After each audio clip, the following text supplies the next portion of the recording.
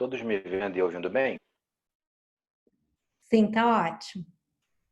Obrigado, minha irmã. Que a doce e serena paz do Mestre Jesus possa envolver nossas mentes e nossos corações. A gente agradece a oportunidade de estarmos reunidos neste finalzinho de dia, em nome de Jesus, suplicando aos mentores espirituais, Dr. Herman, seu altivo, de nossa casa, professor Leopoldo Machado, Dr. Adolfo Passoli, que possam nos inspirar, nos auxiliar e, acima de tudo, fazer com que possamos, em conjunto, refletir acerca dessa questão tão delicada para nós, mas, ao mesmo tempo, tão importante, principalmente no atual momento em que vivenciamos experiências dolorosas para toda a humanidade. Então, que os espíritos de luz possam nos auxiliar, possam nos proteger, visitando os nossos lares, visitando a cada um de nós que aqui nos encontramos, aqueles também que não puderem, porventura, fazer parte desta reunião por algum motivo em especial, que os mentores possam envolvê-los em fluxos de muita luz e de muita paz. É o que pedimos para nós e o que pedimos para todos os irmãos e irmãs que neste momento fazem parte desta belíssima corrente. A gente, então, hoje, pessoal, é convidado a bater um papo acerca do Livro dos Espíritos, na sua terceira parte, onde Kardec nos convida a visualizarmos, refletirmos e compreendermos um pouco mais as leis morais, que são aquelas leis colocadas por Deus em todo o universo, que abarcam as leis científicas, materiais e abarcam também essas de natureza íntima, fazendo com que o homem reflita sobre si mesmo, reflita sobre o seu relacionamento com o próprio homem e reflita sobre a possibilidade de busca com um relacionamento cada vez mais próximo junto a Deus, que é o nosso Criador. A gente, então, adentrando neste tema, a gente é convidado a trabalhar essa parte do capítulo 12, que vai trazer para a gente exatamente a questão da perfeição moral. Não como uma identidade, ainda não estamos nesse processo, mas como um convite a que visualizemos que, apesar de nossas imperfeições, o objetivo divino é que alcancemos a perfeição moral, a perfeição relativa, a que todo espírito que alcança a pureza pode almejar. Então, é um modelo, é um convite e é um trabalho de reflexão que a gente precisa fazer, não observando as dificuldades alheias, mas em especial fazendo um trabalho de autoanálise para que possamos verificar se já estamos lutando contra essa má tendência ou se a gente ainda se mantém muito apegado às dificuldades que fazem com que estejamos ainda arraigados no mundo de provas e expiações e não consigamos, ultrapassar as fronteiras para alcançarmos um mundo de regeneração. A gente, então, vai trabalhar a questão do egoísmo. Nossa irmã carinhosa e amorosamente adiantou para a gente. Então, lá nas questões 913 a 917 do Livro dos Espíritos. E, com relação a isso, a gente vai trazer, então, o primeiro ponto é a definição. A gente foi buscar no dicionário o que vem a ser o egoísmo. E no dicionário online do Google, a gente vai verificar dois pontos objetivos. Primeiro, amor exagerado aos próprios interesses, a despeito dos interesses de outrem. E o segundo conceito, exclusivismo, que leva uma pessoa a se tornar como referência a tudo, trabalha com orgulho e com presunção. Então a gente percebe aqui que é o amor adoecido. Olha que interessante, porque todos os conceitos que a gente vai buscar, a gente vai visualizar que é um amor exagerado, fazendo com que os nossos próprios interesses sempre se sobreponham aos interesses alheios. E esse amor exagerado, esse amor adoecido, esse amor mal compreendido, ele faz com que a gente busque sempre tudo para a gente e com que a gente não pense que, de repente, essa minha atitude, essa minha postura, esse meu pensamento, essa minha intenção pode vir a prejudicar alguém. Eu passo por cima dos outros. É aquele velho ditado, farinha pouca, o meu pirão primeiro. E os espíritos superiores, juntamente com Kardec, vêm nos convidar a uma reflexão diferente. Farinha pouca, pouco pirão, mas para todos. E é aí que surgem as nossas dificuldades, é aí que surgem os nossos problemas existenciais, porque muitas vezes vislumbramos a dor alheia, mas ainda não nos capacitamos, ou muitas vezes até nos intelectualizamos, compreendemos a necessidade, mas não conseguimos praticá-la. Não temos força para colocar em prática esse convite amoroso a nos distanciarmos do egoísmo e a trabalharmos assim, de maneira paulatina, a buscarmos aquela valorosa lei, que é a mais importante, que aqui nós vamos ver lá na frente, que é a lei de amor, justiça e caridade. Eu fui fazer uma pequena pesquisa para a gente bater esse papo de maneira muito informal, porque o tema é complicado. A gente está falando da gente, a gente está falando das nossas dificuldades, a gente está falando das nossas imperfeições.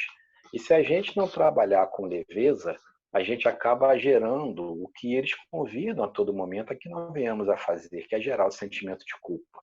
Eu preciso me analisar, eu preciso reconhecer essa chaga em mim, mas eu preciso verificar, como filho de Deus imperfeito que sou, né, que eu vou ter oportunidades de melhorar e que essa oportunidade de melhorar, ela depende em primeiro lugar de mim.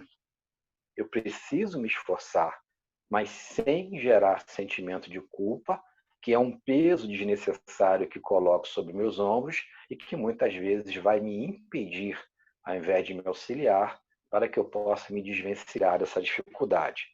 Então, fazendo essa pesquisa, a gente verificou o seguinte: quais as características de uma pessoa egoísta? Isso está lá no Google também, né? Existem sites de psicologia, psicologia.com, e eles trazem o seguinte para a gente: uma pessoa egoísta é, por definição, aquela que só pensa no próprio bem-estar, tendendo a excluir os outros. Então, eu só penso no meu bem-estar, eu não estou preocupado com o bem-estar alheio. Eu estou sempre vislumbrando a possibilidade de receber elogios, procurar receber elogios, e não trabalho com a mesma generosidade para elogiar os outros. Eu quero sempre para mim. Eu quero me tornar o centro, o foco das atenções. E quando de alguma maneira eu vislumbro que eu não sou mais o centro, que eu não sou o foco, que a minha luzinha, né, artificial, ela está se apagando, está diminuindo, isso gera muita dor, muito sofrimento e muita dificuldade íntima. O egoísmo ele faz com que a gente trabalhe muito de maneira narcisista. Interessante aqui que eles vão trazer para a gente 5 maneiras para sabermos se nós somos egoístas ou não. Né? Quanto mais eu me identificar aqui, maior a probabilidade de eu ainda estar muito apegado à matéria. São 5 perguntinhas. Né? Você tem problemas para entender os benefícios de ser generoso? E eu falei, caramba, eu nunca tinha parado para analisar isso. Né? Ser generoso faz bem. Faz bem você verificar que outra pessoa, por conta da sua generosidade, está feliz, está alegre, saiu de uma situação difícil. E muitas vezes, saindo de uma situação difícil, ela vai deixar de praticar muitos atos que a levariam a um patamar de dor e de sofrimento e que também iriam se refletir, né, sobre aquela pessoa que ajudou e que foi generosa. Segunda pergunta: você fica nervoso quando não tem o controle?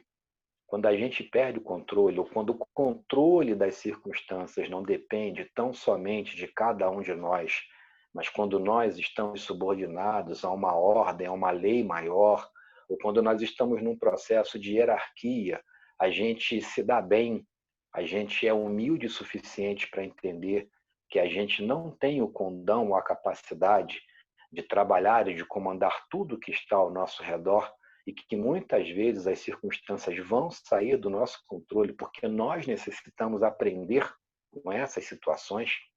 Outra coisa que me fez refletir muito. Terceira perguntinha: você tem problemas para trabalhar em grupo? Será que a gente trabalha bem em grupo? Será que a gente aceita as sugestões do nosso colega de trabalho, do nosso irmão, da nossa irmã de caminhada, a gente tem uma tendência centralizadora e não consegue observar que muitas vezes uma ideia, uma sugestão de quem está observando do lado de fora pode ser uma visão ou um ângulo diferenciado muito mais ampliado daquele meu ângulo pequenino e diminuto, porque estou ali dentro e não consigo, às vezes, observar esses outros ângulos que a vida nos propõe, porque a vida é cheia de ângulos diferenciados. E a gente muitas vezes está observando um objeto apenas de um ângulo, de uma posição. E a gente quer ser senhor da verdade, quer ser absoluto sobre aquela coisa, não percebendo que outros ângulos, que outras facetas existem, e que se nós tivéssemos a humildade, né, de registrar essas observações feitas por outras pessoas acerca desses outros ângulos, nós cresceríamos. Mas como a gente é egoísta, como a gente é orgulhoso, a gente quer se manter apenas no nosso posicionamento, no nosso ângulo, no nosso ponto de vista, que muitas vezes é muito pequenino. Outra pergunta: é difícil para você assumir a culpa? Olha que coisa interessante, né? Esse conjunto de questionamentos e as respostas sinceras que viermos a fazer vão nos trazer um índice, né, gerador de um determinado grau de egoísmo, e identificando o egoísmo em mim, eu sou convidado a trabalhar para tentar, se não extirpá-lo, é o convite do plano espiritual superior para Kardec, para nós, pelo menos para amenizá-lo, diminuí-lo, o que já vai ser um progresso danado, porque eles afirmam para a gente que há virtude todas as vezes que a gente tenta combater uma má tendência. Mesmo que a gente não consiga extirpá-la de todo, se a gente combate, e nesse bom combate a gente consegue diminuir, isso já é um indício de virtude. É a outra pergunta: você sente que nunca é suficiente e que cada vez quer mais? A gente nunca está satisfeito? A gente não encontra saciedade em determinadas circunstâncias e a gente está sempre querendo mais e mais e mais? E olha que interessante, gente, posicionamento meu, posso estar equivocado, né? A busca por algo a mais, por si só, ela não é indício de inferioridade. O ser humano ele é convidado pela lei do progresso, que é uma das leis morais estudadas por Kardec, a evoluir. E para evoluir, ele necessita de recursos que façam com que ele seja, muitas vezes, empreendedor.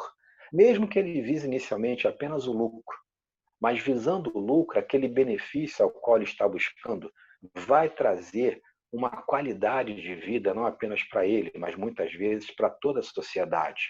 E é por isso que Deus permite, eles afirmam para nós. O problema é quando esta saciedade, que eu não tenho regramento e que estou sempre buscando mais e mais e mais, faz com que eu não tenha medida e, por querer mais, eu passe por cima dos meus irmãos de caminhada.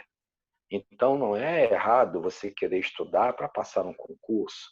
Não é errado você querer se formar para dar qualidade de vida para sua família.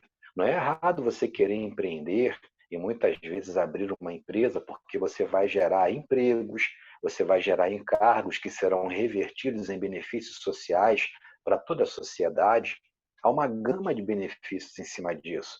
Agora, se eu quero empreender passando por cima dos outros, se eu quero ser aprovado num concurso comprando as respostas de determinado concurso, fraudando o concurso público, se eu vislumbro uma promoção, por exemplo, no meu emprego, e para conseguir essa promoção, eu puxo o tapete do meu irmão de caminhada, eu crio circunstâncias, muitas vezes levianas e até falsas, para fazer com que o grau de apuração das qualidades daquele irmão venham a diminuir perante a direção para que o meu possa aumentar, aí surge a pedra de tropeço, aí surge a dificuldade a que eles estão nos orientando, a que a gente vislumbre na gente. Então, se eu não parar e não fizer um trabalho de autoanálise e não fizer essas perguntas para mim, eu não tenho que fazer essas perguntas para vocês, eu tenho que fazer essas perguntas para mim. Será que eu estou efetivamente polarizando essas 5 circunstâncias ou de alguma maneira, mesmo percebendo que ainda as tem, eu estou lutando, se não para extirpá-las, pelo menos para suprimi-las. Esse é o convite do plano espiritual superior feito por Kardec, para Kardec, mas tendo o público-alvo cada um de nós que aqui nos encontramos, porque Kardec também era superior. Ele era um missionário encarnado e que tinha por missão, uma missão sublime, né, trazer o Consolador prometido, trazer esse processo, né, de conhecimento do mundo espiritual que é tão necessário.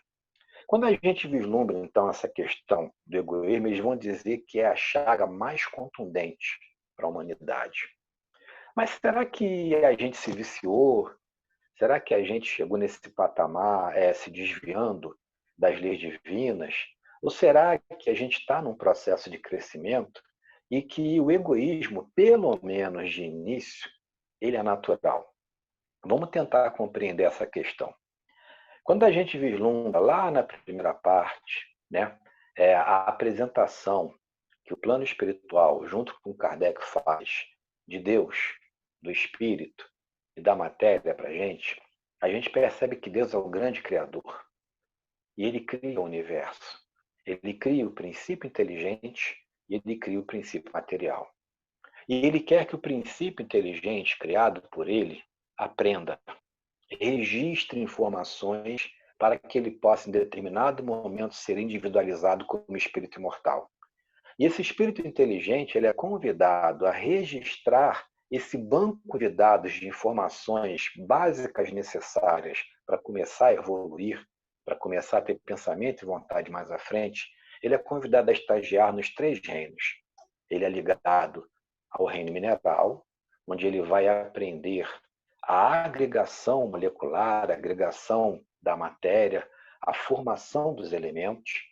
Quando ele aprende tudo que ele necessita no reino mineral, Deus o coloca no reino vegetal, onde ele vai aprender as impressões, ele vai aprender o dia, a noite, quente, frio, ele ensaia processos de troca de gases, de respiração, de fotossíntese, ele começa a se alimentar, ele começa então a estabelecer uma gama de aprendizado no campo das impressões. As 4 estações que conhecemos, frio, quente, amenidade, florescer, cair folhas, tudo isso faz com que o princípio inteligente vá aumentando a gama de informações no seu banco de dados, se é que a gente pode se utilizar dessa expressão inicial. E quando ele já aprendeu isso tudo, sem nunca ter esquecido o que ele aprendeu no reino anterior, ele é convidado a estagiar sem transição brusca, mas sempre seguindo uma escala sublime, evolutiva, do átomo ao arcanjo, a gente vê isso no Livro dos Espíritos, ele é convidado a estagiar no reino animal. E no reino animal, pegando as impressões que ele aprendeu no reino vegetal e trazendo contigo, né, consigo, melhor dizendo, todo o aprendizado das impressões moleculares, da agregação da matéria, ele agora aprende tudo no campo do instinto.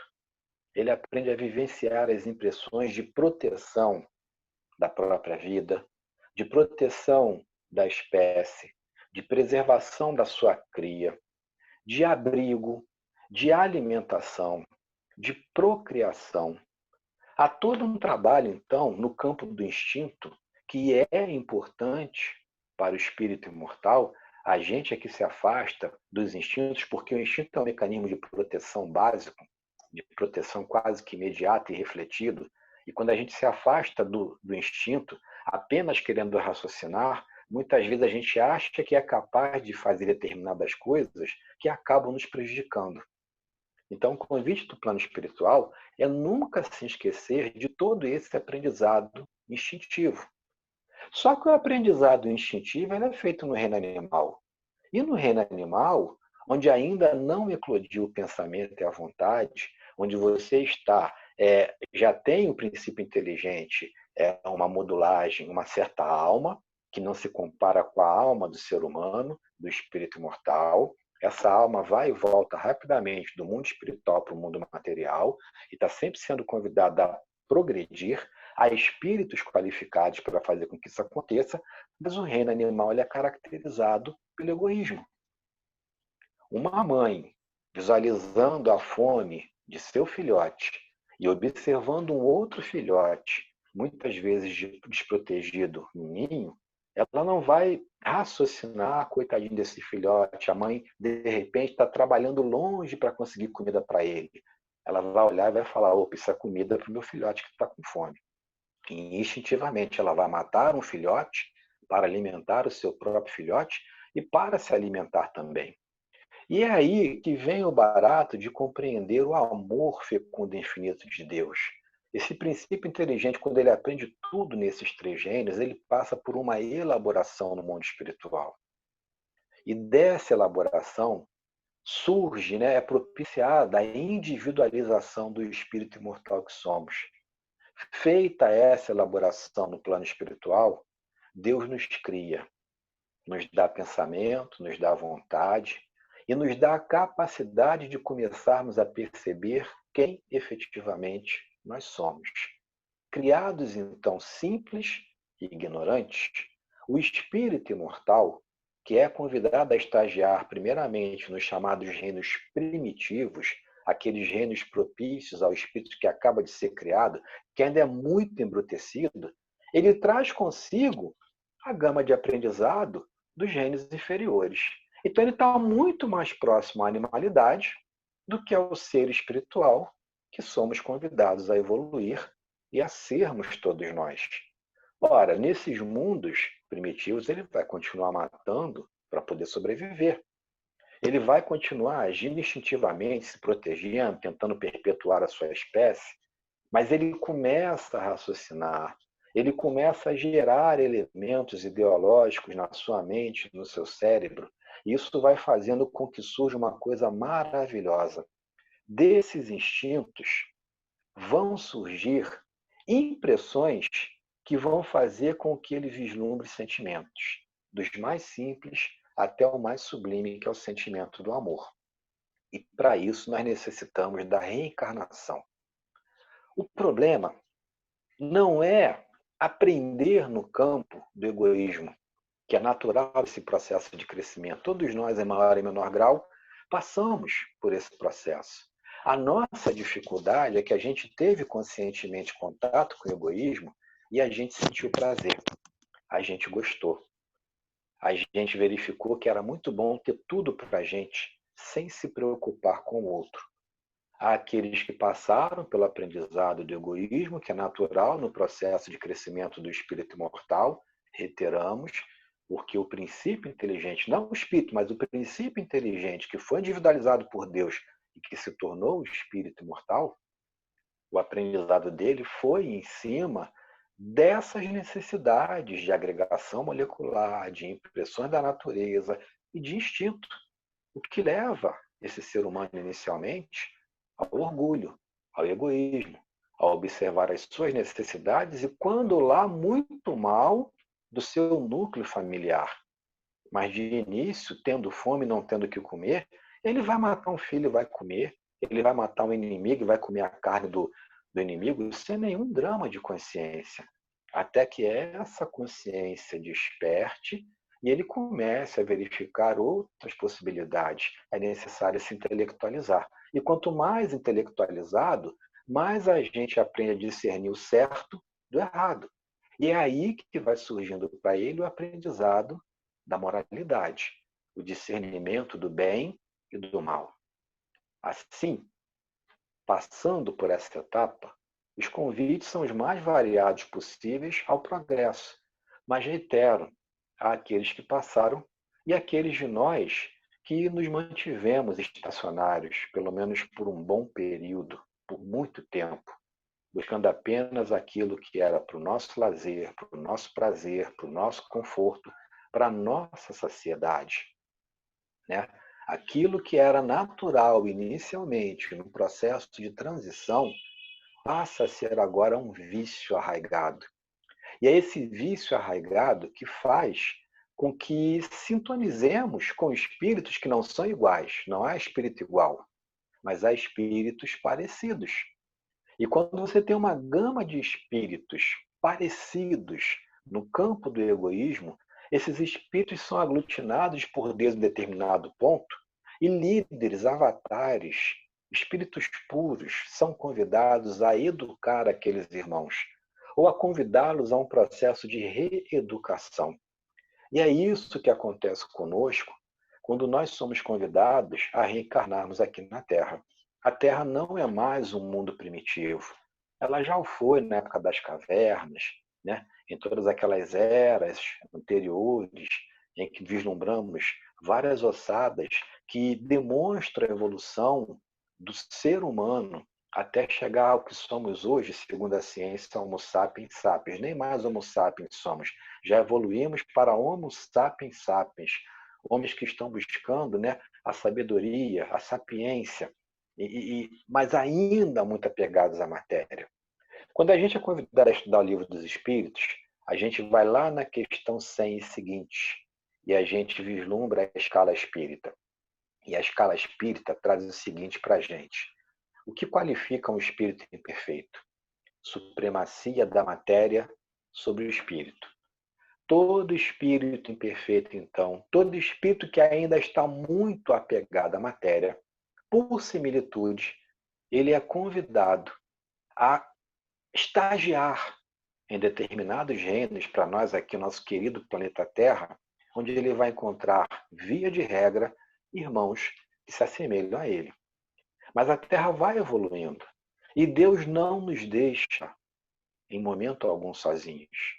Tendo Jesus de Nazaré a posição de nosso líder, de nosso governador, de nosso irmão mais velho, ele sempre convidou emissários seus para reencarnarem e para nos ensinarem alguma coisa até que ele pessoalmente pudesse vir. Então, em todas as civilizações, independente da religiosidade ao qual aquela civilização estava arraigada naquele momento, líderes religiosos, líderes políticos, líderes científicos reencarnaram para dar um pouco de progresso, para vislumbrar um pouquinho da luz, para vislumbrar um pouquinho da verdade que para nós ela se configura no próprio Senhor Jesus. Só que a gente escutava, a gente via, a gente se apaixonava, mas a gente não praticava. A gente continuava por uma necessidade egóica, por um processo de estagnação no campo do aprisionamento aos bens materiais, a gente continuava buscando mais a matéria do que o espírito. E isso fez, inclusive, com que muitos irmãos de caminhada que estavam em outros orbes mais evoluídos cientificamente do que a gente, viessem para cá, como é o caso da chamada transição planetária no sistema de Cocheiro, lá na constelação de Capela, né? Ou melhor, na constelação de Cocheiro, no sistema de Capela. Se eu estiver errado, perdoe-me aí. Né? A gente vê essa chamada transição quando espíritos muito rebeldes, ao desencarnarem, são convidados a saírem de lá porque estavam atrapalhando a evolução do planeta e foram recebidos amorosamente aqui por Jesus, sendo convidados a reencarnar e a trazer para a nossa sociedade o progresso intelectual possível para aquele momento, a fim de que eles, nos ensinando, também cumprissem a sua missão e muitos pudessem retornar ao seu planeta de origem. Olha o amor de Deus, o carinho de Jesus, fazendo assim com que no mundo de provas e expiações, onde a predominância da matéria, né, acaba abafando a busca do espírito imortal que somos todos nós, olha o carinho dele convidando seres mais inteligentes, apesar que menos moralizados, mas seres também mais inteligentes e mais moralizados a reencarnarem e nos darem o exemplo da possibilidade de progresso tanto intelectual quanto moral. Então, no mundo de provas e expiações, nós vamos ver espíritos imperfeitos, sim, mas também reencarnarão espíritos bons, reencarnarão espíritos de sabedoria, reencarnarão espíritos superiores, que quando reencarnam com uma missão perante a coletividade, vão nos mostrar essa humildade, essa superioridade moral que nos leva ao exemplo do desapego. E o convite que eles fazem para a gente é esse: percebam quantas almas passaram por aqui e deixaram o exemplo de desapego, de abnegação, de renúncia. Então, é uma dificuldade que temos sim, mas não é uma dificuldade irresistível. Se a gente fizer um pouquinho de esforço, a gente é capaz de diminuir essa chaga que a gente ainda traz, que é o egoísmo, que é o pensar apenas em mim, que é o pensar apenas nos meus prazeres, que é o pensar apenas nos meus objetivos, mesmo que esses objetivos se contraponham aos direitos alheios ou à necessidade de progresso do meu próximo. A gente se lembra de São Francisco de Assis, a gente se lembra de Martin Luther King, de Gandhi, de Madre Teresa de Calcutá, de Irmã Dulce, aqui no Brasil, de Frei Damião.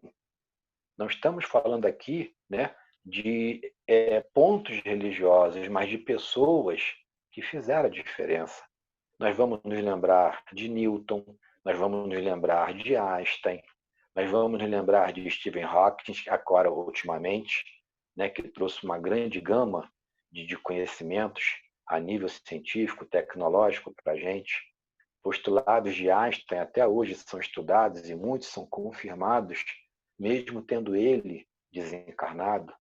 E isso gera uma possibilidade de utilização desses conhecimentos, ainda para o nosso egoísmo ou em prol da humanidade.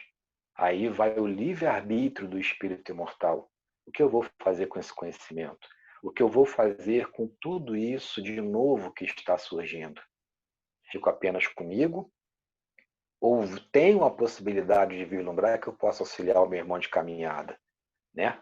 Para que as coisas aconteçam e amadureçam, eles vão afirmar que muitas vezes, infelizmente, vai ser necessário que o mal chegue ao seu extremo. Porque a gente não aprende cotidianamente. Quando está tudo mais ou menos, e a gente está numa posição de segurança, segurança profissional, segurança familiar, segurança jurídica, segurança econômica, a gente tende a se acomodar. E Deus, percebendo que a humanidade não está avançando tanto quanto ela poderia, de vez em quando, por intermédio de Jesus e de toda a sua equipe espiritual superior, eles nos convidam a passarmos por experiências dolorosas, muitas delas, para que a gente possa aprender a ser solidário, para que a gente possa deixar de ser menos egoísta e de poder, de alguma maneira, entender que o outro tem as mesmas necessidades que a gente. Passamos neste momento por uma pandemia. Isso não é uma novidade. No início do século passado, nós passamos por uma também. Né? A gripe espanhola alcançou o mundo inteiro. A gente se lembra do professor Eurípides Barçanufo, outro missionário de Jesus, que ia em terras brasileiras, né, em Minas Gerais, lá na cidade de Sacramento. Ele, junto com o doutor Adolfo Bezerra de Menezes, ele fica trabalhando incansavelmente para encontrar remédios de homeopatia para diminuir, atenuar ou até curar a gripe espanhola. E de tanto se debruçar sobre esses estudos, de tanto receber inspirações e psicografias do Dr. Bezerra para encontrar remédios na homeopatia para socorrer os irmãos no Brasil inteiro, ele acaba adoecendo e ele morre de gripe espanhola. Deixa o seu legado de abnegação, deixa o seu legado de amor, demonstrando que os exemplos existem e que eles estão muito próximos da gente, e eles afirmam, se nós conseguimos, vocês também, se esforçando, conseguirão. Então, essa gripe agora que vem, né, essa nossa irmã Covid, ela tomou a gente de surpresa. E isso mexeu muito com a humanidade, porque, mais uma vez, a gente se defrontou com a experiência dos desencarnes coletivos. Muitas pessoas correram para buscar rapidamente uma vacina. E, se Deus quiser e permitir, Ele quer, a gente está muito próximo de que essa vacina, né, venha a lograr êxito e venha beneficiar a toda a humanidade. Mas quantos países não se isolaram? Quantos países não compraram todos os lotes de vacina que sequer ainda estão a favor da humanidade apenas para beneficiar os seus cidadãos? Ou seja, primeiro, porque eu sou rico, eu vou comprar todo o lote de vacina desta indústria farmacêutica. Quando ela vier a descobrir, vou vacinar o meu povo, vou preservá-lo e depois o que sobrar, a indústria farmacêutica vai vender para quem ela bem quiser e entender. Enquanto outros países estão desenvolvendo a vacina e falando isso é um patrimônio da humanidade. Quando a gente encontrar a vacina, a gente vai abrir a fórmula para que todos possam produzi-la. Aí vai começando a haver a separação do joio e do trigo. Daqueles que serão recebidos no plano espiritual, né, com os benfeitores espirituais dizendo, meu filho, seja bem-vindo, e daqueles de nós que ainda nos mantemos aprisionados ao egoísmo. Mas eles não nos alertam apenas. Diga, minha irmã. 5 minutos você tem ainda, tá? Obrigado, minha irmã. Deixa eu Obrigada. fechar então. Valeu, eu gosto de falar muito. Obrigado. Perdão. Eles não apenas nos alertam com relação a essa chaga. Eles apenas não mostram para a gente qual é a nossa maior dificuldade. Eles trazem, junto com Kardec, várias orientações a fim de que a gente se sinta seguro e de que a gente não ache que a gente está numa nau que vai naufragar sem ter um comandante no leme. E que a gente se veja também como cooperador nessa nau. Há um comandante, mas cada um de nós somos cooperadores nessa nau. E somos convidados a empreender atividades, mesmo que pequeninas, a fim de que a nau se mantenha estabilizada. Então, o que a gente pode buscar aqui nas questões 913 a 917, acerca de orientação do plano espiritual?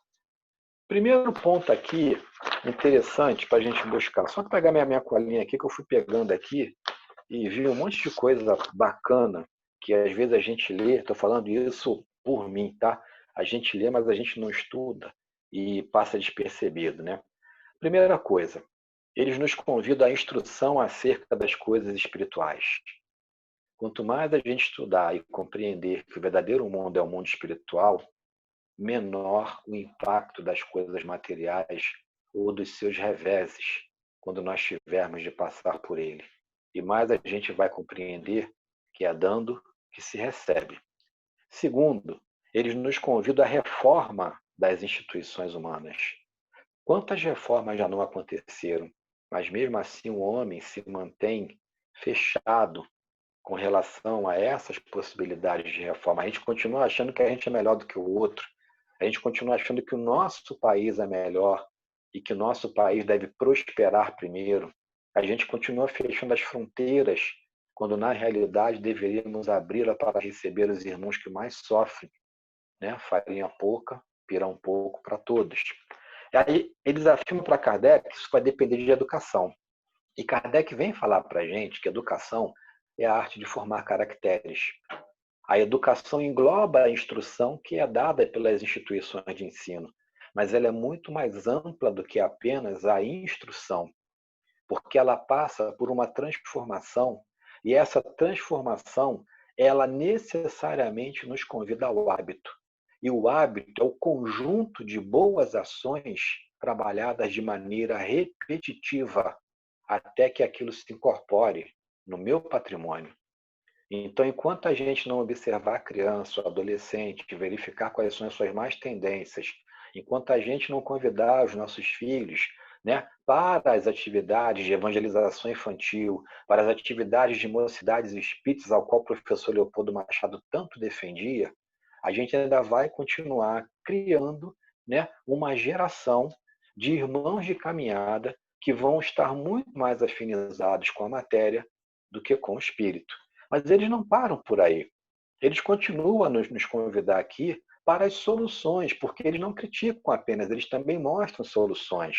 Primeiro, visualizar os bons exemplos humanos, né? Homens de bem que trabalham de maneira oculta. Quantas pessoas fazendo caridade, fazendo bem sem olhar a quem, dando com a mão direita de modo que a mão esquerda não saiba.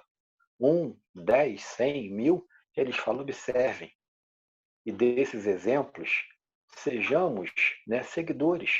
Comecemos a fazer de maneira pequenina essas boas ações, no anonimato, sem colocar isso na capa de revista ou coisa que o valha.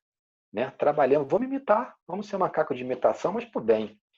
Depois, destruir ou diminuir a importância da personalidade.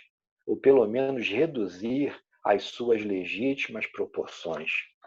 Quando eu compreendo que o nosso planeta está na periferia da Via Láctea, num sistema muito pequenino, e que existem estrelas muito maiores do que o nosso Sol, e que existem planetas muito maiores e muito mais belos, e de que com certeza não há apenas vida aqui no nosso planeta, porque na casa do Pai há muitas moradas, eu começo a me perceber como uma poeirinha cósmica, uma poeirinha de existência. Apesar de ser amado por Deus, que é o nosso Criador. E quando a gente percebe que aquele irmão de caminhada, seja ele branco, negro, homem, mulher, rico ou pobre, também é a mesma poeirinha, eu começo a perceber que ele é meu irmão de caminhada. Há muitas orientações aqui nos convidando a buscarmos o processo de educação, de modificação de nossas crenças e de nossas atitudes no caminho do bem. Há muitos convites do plano espiritual para que façamos uma autoanálise, uma autorreflexão. As próximas questões vão mostrar isso para todos nós. Mas não basta apenas que nos intelectualizemos, meus irmãos, digo isso por mim. É necessário mais do que a intelectualização, é necessário agora, mais do que nunca, colocarmos em prática aquilo que estamos aprendendo, aquilo que estamos estudando em conjunto. E mais do que nunca, observar as dificuldades não no nosso próximo, mas em nós mesmos, porque eu não tenho o poder de mudar a nenhum de vocês. O poder que Deus me deu é o poder de me mudar, é o poder de alcançar o progresso que eu possa alcançar no presente momento. Mas se eu me modificar para melhor, fazendo parte da sociedade, eu também estou me apresentando uma sociedade melhor. E esse é o convite de Kardec, do plano espiritual superior, do Dr. Hermann e de todos os mentores para cada um de nós. Que a gente, então, procure ser solidário, porque o homem solitário, via de regra, ele não é solitário. Muita luz e muita paz a todos. Obrigada.